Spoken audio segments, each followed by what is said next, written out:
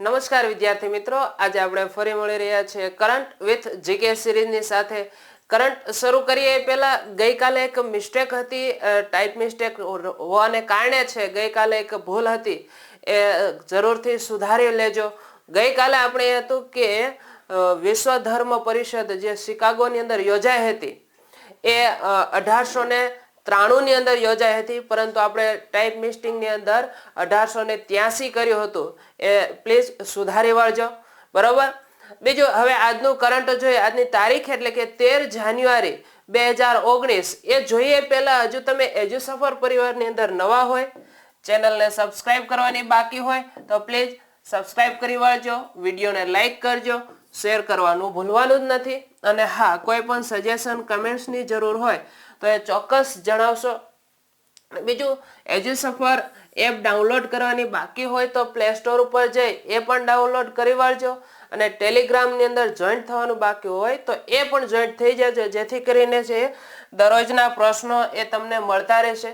ચાલો જોઈએ આજનું કરંટ. આજની તારીખ 13 જાન્યુઆરી એટલે કે આજે એવા મહાન વ્યક્તિ, અવકાશ યાત્રી કે જેમનો આજે જન્મદિવસ, અને આપણા ભારતના પ્રથમ અવકાશ યાત્રી એટલે કે રાકેશ શર્મા, કે તેમનો આજે જન્મદિવસ છે 13 જાન્યુઆરી 1949.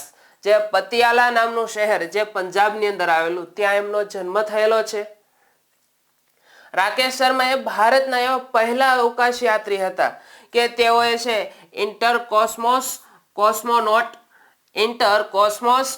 કોસ્મોનોટ નામનો સંશોધન કર્યો હતો. અને 1982 માં સ્ક્વોડ્રોન લીડર રાકેશ શર્માની પસંદગી કરવામાં આવી હતી, અને તેઓ છે ભારતના એ પ્રથમ અવકાશ યાત્રી બની ગયા હતા. કે તેમણે છે 2 એપ્રિલ 1984 ના રોજ સોયુઝ T11 નામનું અવકાશયાન હતું. એ અવકાશયાન દ્વારા છે તેમણે અવકાશ તરફ પ્રયાણ કર્યા હતા. આપણે આ યાદ રાખીશું કે રાકેશ શર્મા છે જ્યારે અવકાશની અંદર ગયા તો એ કયા યાનની અંદર ગયા હતા, તો યાદ રાખીશું સોયુઝ T11 નામનું અવકાશયાન હતું. તેમના દ્વારા આપણા ભારતના પ્રથમ વ્યક્તિ એવા કે જેમણે અવકાશની અંદર પ્રયાણ કર્યું. રાકેશ શર્મા જ્યારે અંતરિક્ષ ગયા ત્યારે એ સમયના વડાપ્રધાન એ પણ આપણે યાદ રાખીશું કે શ્રી ઇન્દિરા ગાંધી એ સમયના વડાપ્રધાન હતા. અને એમણે છે જવલે જ એક પ્રશ્ન પૂછ્યો હતો કે રાકેશ શર્મા જ્યારે મળ્યા ત્યારે એમને પ્રશ્ન કહ્યો કે અંતરિક્ષમાંથી આપણો ભારત દેશ કેવો દેખાય છે. તો ત્યારે છે એ જવાબની અંદર રાકેશ શર્માએ સરસ જવાબ આપ્યો, અને એમણે કહ્યું હતું કે સારે જહાં છે અચ્છા હિન્દુસ્તા હમારા.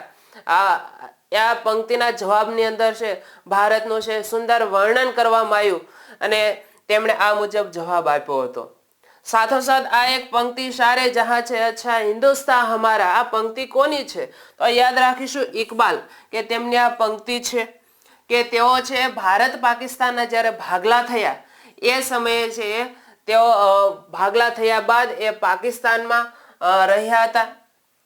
સાથોસાથ આપણે રાકેશ શર્મા વિશે ચર્ચાઓ કરીએ છીએ તો રાકેશ શર્મા એ સોવિયત સંઘના હીરોનું બિરુદ અપાવવામાં આવ્યું હતું. સોવિયત સંઘના હીરો તરીકે બિરુદ પ્રાપ્ત થયેલું.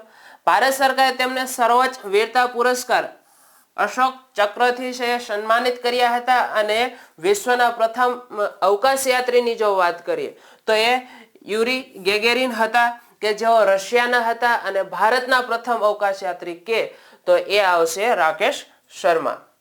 ગુજરાતના ન્યૂઝની જો વાત કરીએ તો ટાઈગર સફારીનું નિર્માણ કરવામાં આવશે આગામી સમય દરમિયાન. તો આ ટાઈગર સફારી નામનો જે પાર્ક બની રહ્યો છે કઈ જગ્યાએ બની રહ્યો છે? તો આપણે યાદ રાખીશું કે સ્ટેચ્યુ ઓફ યુનિટીની આસપાસનો જે અનુકૂળ જગ્યા છે, અનુકૂળ વિસ્તાર છે, તેની પસંદગી કરવામાં આવશે, અને ત્યાં છે ટાઈગર સફારીનું છે નિર્માણ થશે.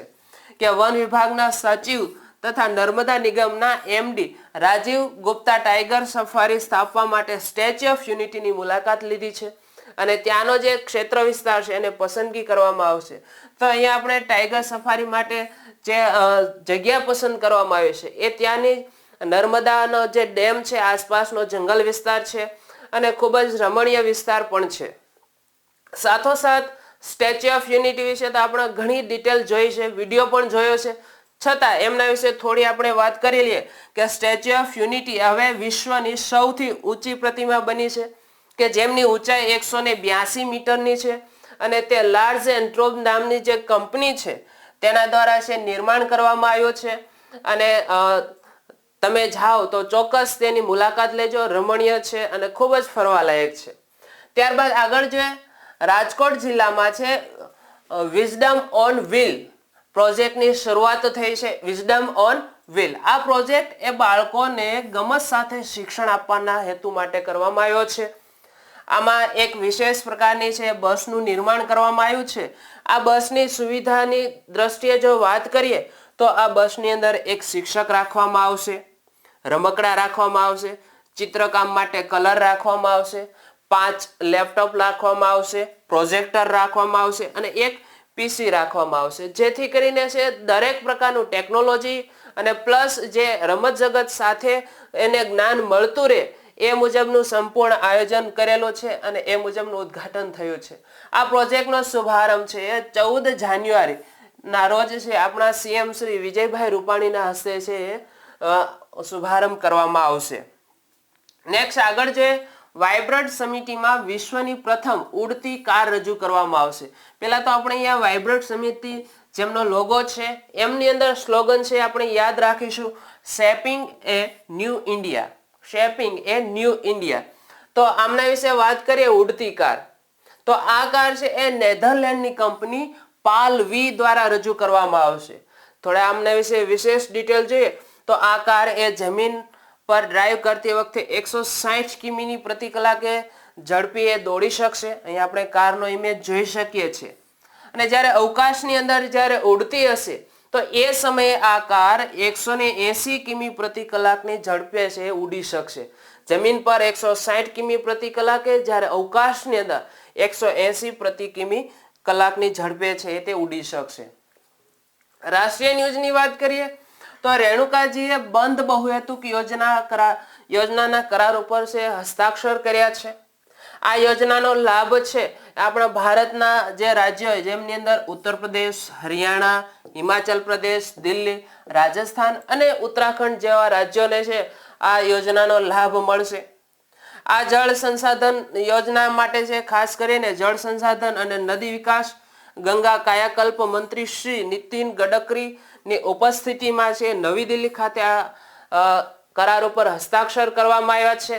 આમની અંદર નદીઓ પર જે બંધ બાંધવામાં આવ્યા છે એ બંધના આધારે છે એ 5 રાજ્યોને છે એ લાભ મળશે અને આ પ્રસંગે છે ખાસ 6 રાજ્યોના મુખ્યમંત્રીઓ હાજર રહ્યા હતા.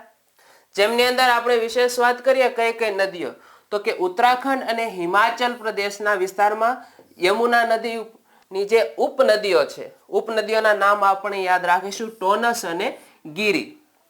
ટોનસ અને ગીરી આ 2 ઉપનદીઓ છે. આ 2 ઉપનદીઓ ઉપર 3 બંધ બાંધવામાં આવ્યા છે. તો કયા કયા બંધ બાંધવામાં એ પણ સાથોસાથ જીકે રિલેટેડ માહિતી જોઈ લઈએ તો યમુના નદી ઉપર લખવર બંધ, ટોનસ નદી ઉપર કિસાઉ બંધ અને ગીરી નદી ઉપર છે રેણુકા બંધ બાંધવામાં આવશે. આ પ્રોજેક્ટ છે એ 2008માં તૈયાર કરાયો હતો અને જેમનો લાભ હવેથી છે જે આપણે રાજ્યોની વાત કરી એ રાજ્યના તમામ ક્ષેત્ર વિસ્તારને લાભ મળશે. નેક્સ્ટ આગળ જોઈએ તો કે જીએસટી પરિષદ નવી દિલ્હી ખાતે યોજાય. અહીંયા આપણે જીએસટી પરિષદ યોજાય એમનો ઇમેજ જોઈ શકીએ છીએ કે આ જીએસટી પરિષદ એ 32મી પરિષદ હતી. ખાસ જીએસટી પરિષદ સમયે છે તેના અધ્યક્ષ કોણ હોય છે તો આપણે યાદ રાખશું હંમેશા તેમના અધ્યક્ષ નાણાં સચિવ હોય છે અને હાલના આપણા નાણાં સચિવ નાણાં મંત્રી શ્રી અરુણ જેટલી છે.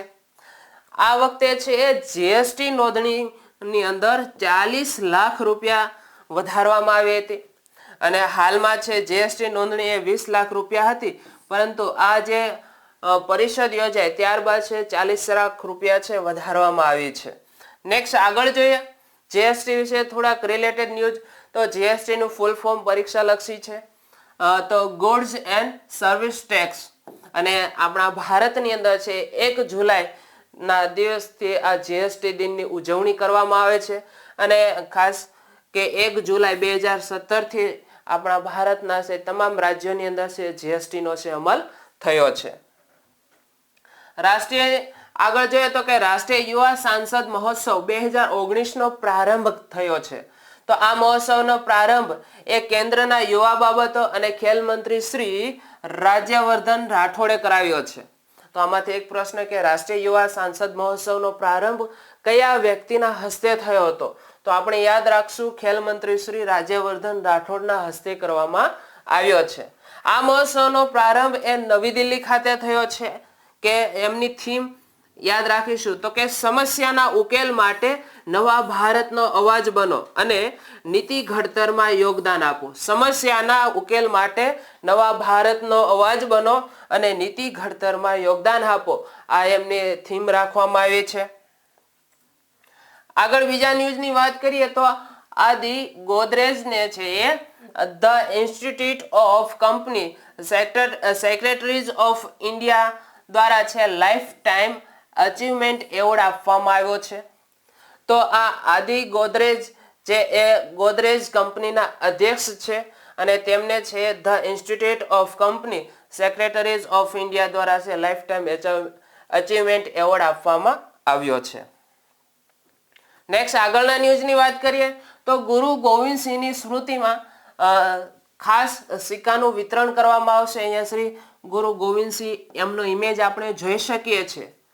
આ વિતરણ કાર્યક્રમ છે એ માનનીય શ્રી નરેન્દ્ર મોદી જે નવી દિલ્હી ખાતેથી છે સિક્કાનું વિતરણ કરવાનું અને ત્યાંથી કાર્યક્રમનું આયોજન થયું છે. સાથોસાથ આમના રિલેટેડ ન્યૂઝ જોઈએ તો ગુરુ ગોવિંદસિંહજીની જન્મ જયંતિ નિમિત્તે આ સિક્કો બહાર પાડવામાં આવ્યો છે. ગુરુ ગોવિંદસિંહની જન્મ તારીખ આપણે યાદ રાખીશું 5 જાન્યુઆરીએ મનાવવામાં આવે છે. અને ગુરુ ગોવિંદસિંહ એ આપણે એ તો જાણીએ છીએ કે એ શીખ ધર્મના છે 10મા ગુરુ છે. અને સાથોસાથ કે ગુરુ ગોવિંદસિંહ જે 350મી જન્મ જયંતિ 2017માં જે યોજાઈ હતી 350મી જન્મ જયંતિ 5 જાન્યુઆરી 2017ના રોજ એક ટપાલ ટિકિટ પણ બહાર પાડવામાં આવી હતી. અહીં આપણે યાદ રાખીશું કે પહેલા કે આવા ટપાલ ટિકિટ છે શીખ ધર્મના 10મા ગુરુ એટલે કે ગુરુ ગોવિંદસિંહના નામ ઉપરની ટપાલ ટિકિટ ક્યારે બહાર પાડવામાં આવી હતી? 5 જાન્યુઆરી 2017ના રોજ બહાર પાડવામાં આવી હતી. નેક્સ્ટ આગળ જોઈએ રણવીરસિંહ 7 ખંડના સૌથી ઊંચા શિખરો સર કરનારા એવા પ્રથમ આર્મી ઓફિસર બન્યા છે. એક આર્મી ઓફિસર અને એ પણ આવા જે ઊંચા શિખરો સર કરવાની અંદર જો વધારે પડતું મહત્વ ધરાવતા હોય તો એવા રણવીરસિંહ જે અન્ય 7 ખંડના સૌથી ઊંચા જે શિખરો છે તેમને સર કર્યા છે. તો આ રણવીરસિંહ એ કર્નલ આર્મી મેન છે કે જેઓ જમ્મુ કાશ્મીરના સાંબા જિલ્લો છે જમ્મુ કાશ્મીરના સાંબા નામનો જિલ્લો છે ત્યાંના તેઓ વતની છે. તેઓ એ છે એ 25 ડિસેમ્બરે આ પર્વતારોહણ માટે રવાના થયા હતા અને ગુરુવારે એન્ટાર્કટિકા ખંડના સૌથી ઊંચા શિખર એટલે કે માઉન્ટ વિન્સન મેસિફની ચઢાઈ કરી હતી. અને આ સાથે છે તેઓ છે સૌથી ઊંચા શિખરોની ચઢાઈ કરવાની અંદર પ્રથમ બની ગયા છે. તેમણે આફ્રિકાના માઉન્ટ કિલીમંજારો જે 2010માં સર કર્યો હતો. 2012માં એશિયાના સૌથી ઊંચા માઉન્ટ એવરેસ્ટ પર તિરંગો લહેરાવ્યો હતો. અને રણવીરસિંહ આ 3 એવરેસ્ટ સમિટીમાં ભાગ લેનારા એકમાત્ર ભારતીય વ્યક્તિ બન્યા છે. કે આપણે હમણાં ચર્ચા કરી કે રણવીરસિંહ 7 ખંડના સૌથી ઊંચા જે શિખરો છે એમને સર કરનારા વ્યક્તિ બન્યા છે. જમ્મુ કાશ્મીરના છે જમ્મુ કાશ્મીરના છે સાંબા જિલ્લાના છે અને તેમણે છે અલગ અલગ ઊંચાઈવાળા પર્વતો શિખર સર કર્યા છે. 2010માં છે આફ્રિકાનો કિલીમાંજારો, 2012ની અંદર સૌથી ઊંચો એટલે કે માઉન્ટ એવરેસ્ટ જે 8,848 મીટર ઊંચાઈ આવેલો એ પણ સર કરી તિરંગો લહેરાયો હતો. અને 3 એવરેસ્ટ સમિતિમાં ભાગ લેનારા આવા પ્રથમ ભારતીય વ્યક્તિ બની ગયા છે. નેક્સ્ટ આંતરરાષ્ટ્રીય ન્યૂઝની વાત કરીએ તો સુષ્મા સ્વરાજ એ ઉઝબેકિસ્તાન માટે એ દેશ છે ત્યાં માટે છે 2 દિવસ માટે સફરે ગયા છે. સુષ્મા સ્વરાજ એ આપણા ભારતના વિદેશ મંત્રી છે. અહીં આપણે ઇમેજની અંદર જોઈ શકીએ છીએ. આમાંથી એક પ્રશ્ન બની શકે કે આપણા ભારતના વિદેશ મંત્રી કોણ છે? સુષ્મા સ્વરાજ છે કે જે ઉઝબેકિસ્તાન જે દક્ષિણ મધ્ય એશિયાઈ સંઘની અંદર આવેલો દેશ, જે અફઘાનિસ્તાન, કઝાકિસ્તાન, કિર્ગિસ્તાન ના અન્ય સભ્ય રાજ્યોની સરહદ ધરાવે છે એવો દેશ એટલે ઉઝબેકિસ્તાન. ઉઝબેકિસ્તાનની રાજધાની તાશ્કંદ છે અને તાશ્કંદમાં ભારતના બીજા એવા વડાપ્રધાન શ્રી લાલ બહાદુર શાસ્ત્રીનું રહસ્યમય સંજોગોમાં અવસાન થયું હતું. તો એ ખ્યાલ નહીં, પણ અવસાન એ સમયે ત્યાં ઉઝબેકિસ્તાનનો જે રાજધાની છે એટલે કે તાશ્કંદ ત્યાં થયો હતો. શ્રી લાલ બહાદુર શાસ્ત્રી ભારત પાકિસ્તાન યુદ્ધ જ્યારે 1965 થયું, 65માં થયો, ત્યારબાદ છે જે સમજૂતી કરાર કરવામાં આવ્યા હતા, એ સમજૂતી કરાર ઉઝબેકિસ્તાનની જે રાજધાની એટલે કે તાશ્કંદની અંદર થયા હોવાને કારણે ઘણી વખત પરીક્ષામાં પ્રશ્નો પૂછાય છે કે તાશ્કંદ કરાર ક્યાં કરવામાં આવ્યો. ભારત પાકિસ્તાનના યુદ્ધનો તાશ્કંદ કરાર એ ક્યાં કરવામાં આવ્યો હતો? તો એ ઉઝબેકિસ્તાનનું જે તાશ્કંદ શહેર છે ત્યાં કરવામાં આવ્યો હતો, જે 1965 ની અંદર જે ભારત પાકિસ્તાન યુદ્ધ થયું ત્યારબાદના સમજૂતી કરાર ઉપર થયા હતા કરારો.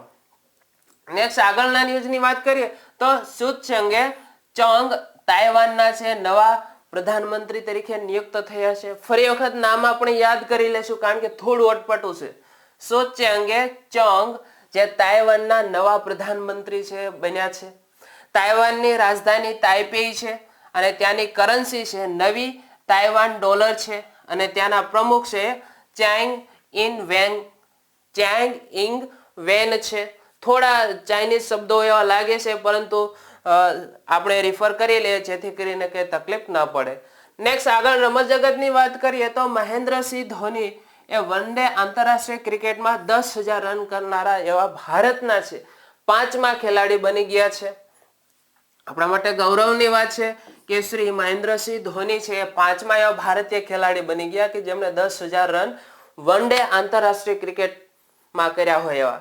તો ધોનીની પહેલા 10,000 રન પૂરા કરનાર અન્ય વ્યક્તિ તો કે સચિન તેંડુલકર, સૌરવ ગાંગુલી, રાહુલ દ્રવિડ અને વિરાટ કોહલી છે. અહીં એક સાથોસાથ ગુજરાતી ગ્રામર રિલેટેડ મુદ્દો જોઈ લઈએ તો કે પહેલા એટલે કે પ્રથમ નંબર એવો અર્થ થશે. ક્યારે? તો કે લા ઉપર અનુસ્વાર ન હોય તો, અને જો લા ઉપર અનુસ્વાર આવશે તો અહીંયા પહેલાનો અર્થ થશે આગળ. જો અહીંયા લા ઉપર અનુસ્વાર ન હોય તો પહેલા એટલે પ્રથમ નંબર, અને પહેલા પર જો અનુસ્વાર આવે તો એનો અર્થ આપણે આગળ એવો સમજવાનો. સમગ્ર વિશ્વમાં આ સિદ્ધિ મેળવનારા મહેન્દ્રસિંહ ધોની એ 13મા ખેલાડી બન્યા છે. વન ડે આંતરરાષ્ટ્રીય ક્રિકેટમાં છે વિશ્વમાં સૌથી વધારે રન કરનાર ભારતીય કોઈ ખેલાડી હોય તો એ સચિન તેંડુલકર છે કે જેમના રન એ 18,426 રન કરેલા છે. તો ત્યારબાદ આગળના ન્યૂઝ જોઈએ તો મિત્રો ગઈકાલે આપણે છે એ કમ્પ્યુટરના જે 5 પ્રશ્નો આપ્યા હતા એ 5 પ્રશ્નો સોલ્વ કરી લઈએ અને આજે બીજા નેક્સ્ટ 5 પ્રશ્નો આપીએ. તો ગઈકાલના 5 પ્રશ્નોની અંદર જોઈએ તો અંદર પહેલો પ્રશ્ન તો કમ્પ્યુટરની આઈસી ચિપ એટલે કે ઇન્ટિગ્રેટેડ સર્કિટ ચિપ સામાન્ય રીતે શામાંથી બનેલી હોય? તો આપણે યાદ રાખીશું સિલિકોનમાંથી બનેલી હોય છે. બીજો પ્રશ્ન તો નોટપેડ કયા હેતુઓ માટે ઉપયોગમાં લઈ શકાય છે? તો એ અલગ અલગ હેતુઓ માટે ઉપયોગમાં લઈ શકાય, જેમ કે ડિજિટલ ડાયરી માટે, વાઈફાઈ હોટસ્પોટ માટે, સ્ક્રિપ્ટ રાઇટર માટે. આ રીતે છે એ નોટપેડ ઉપયોગમાં લઈ શકાય છે. નેક્સ્ટ ત્રીજો પ્રશ્ન તો કયા હાર્ડવેરના ઉપયોગથી ગેમ ઝડપથી રમી શકાય છે? તો યાદ રાખીશું જોયસ્ટિક નામના હાર્ડવેરથી આપણે ગેમ ઝડપથી રમી શકીએ છીએ. નેક્સ્ટ ચોથો પ્રશ્ન તો કઈ એપ્લિકેશન ગૂગલે ચેટિંગ માટે લોન્ચ કરી છે? તો એલો, યાદ રાખીશું એલો નામની છે એ ગૂગલે છે ચેટિંગ માટે લોન્ચ કરેલી એપ છે. પાંચમો પ્રશ્ન તો પેન્ટિયમ કમ્પ્યુટરના કયા ભાગ સાથે સંકળાયેલો છે? તો યાદ રાખશું માઇક્રોપ્રોસેસર સાથે પેન્ટિયમ છે એ સંકળાયેલું છે. ચાલો આજના બીજા 5 પ્રશ્નો તમને આપીએ તો એ 5 પ્રશ્નો યાદ રાખશું. પરમ સુપર કમ્પ્યુટરના શોધક જણાવો. બીજો પ્રશ્ન પ્રથમ કેલ્ક્યુલેટરનું નામ જણાવો. ત્રીજો પ્રશ્ન વિશ્વનું પ્રથમ સુપર કમ્પ્યુટર કયું હતું? ચોથો પ્રશ્ન માઇક્રોસોફ્ટના પ્રણેતા કોણ કહેવાય છે? માઇક્રોસોફ્ટના પ્રણેતા કોણ કહેવાય છે? અને પાંચમો પ્રશ્ન, સુપર કમ્પ્યુટરમાં શબ્દની લંબાઈ કેટલી હોય છે? સુપર કમ્પ્યુટરમાં શબ્દની લંબાઈ કેટલી હોય છે? મારા ખ્યાલ પ્રમાણે હવે તમે છે આ 5 પ્રશ્નો નોટ કરી વાળ્યા છે. અને હા મિત્રો, ચોક્કસથી છે અમને કમેન્ટ સ્વરૂપે છે આના જવાબો જણાવશો. અને બને તેટલો વિડીયો તમારા ફ્રેન્ડ સર્કલમાં, સ્વજન મિત્રોમાં શેર કરજો, જેથી કરીને દરેક વિદ્યાર્થી મિત્રો તેનો લાભ લઈ શકે અને તેમનો છે એ જ્ઞાનની અંદર વધારો કરી શકે. અને બને તેટલો છે વિડીયોને લાઈક કરવાનું, કમેન્ટ્સ આપવાનું ભૂલશો નહીં. અને એજ્યુસફર એપ ડાઉનલોડ કરજો. અને હા, ચેનલને સબસ્ક્રાઇબ કરવાની બાકી હોય તો એ પણ સબસ્ક્રાઇબ કરી વાળજો. બાજુમાં આવેલા નાનકડા એવા બેલ આઇકન ઉપર પણ ક્લિક કરજો, જેથી કરીને આવનારા તમામ વિડીયો તમારા નોટિફિકેશન ઉપર મળતા રહેશે. તો ઓકે મિત્રો, આજે અહીંયા વિડીયો પૂર્ણ કરીએ છીએ. જય હિન્દ, જય ભારત.